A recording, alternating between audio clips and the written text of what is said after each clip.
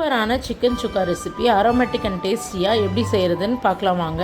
பவுலில் 1/2 kg chicken, தேவையான அளவு உப்பு, 1/2 டீஸ்பூன் மஞ்சத்தூள், 1/2 டீஸ்பூன் காஷ்மீரி மிளகாய்த்தூள், 2 டேபிள் ஸ்பூன் இஞ்சி பூண்டு பேஸ்ட்டு, 1/2 லெமன் ஜூஸ் சேர்த்து நல்லா மிக்ஸ் பண்ணிக்கோங்க. இந்த மிக்ஸ் பண்ணி வச்ச சிக்கனை 30 மினிட்ஸ்க்கு ஊற வச்சுக்கோங்க. இப்போ ஒரு பேனில் 2 பட்டை, 2 ஏலக்காய், 2 கிராம்பு, ஒரு சின்ன அன்னாசி பூ சேர்த்துக்கோங்க. 1 டீஸ்பூன் அளவு சோம்பு, 1 டீஸ்பூன் சீரகம், 1 டீஸ்பூன் அளவு மிளகு, 2 டீஸ்பூன் மல்லி சேர்த்துட்டு 2 வரமிளகாய் சேர்த்து நல்லா வாசனை வர வரைக்கும் வறுத்து இதை நல்லா பொடி பண்ணி வச்சுக்கோங்க. இப்போ ஒரு கடாயில் 3 டேபிள் ஸ்பூன் அளவு நல்லெண்ணெய் சேர்த்துக்கிறேன்.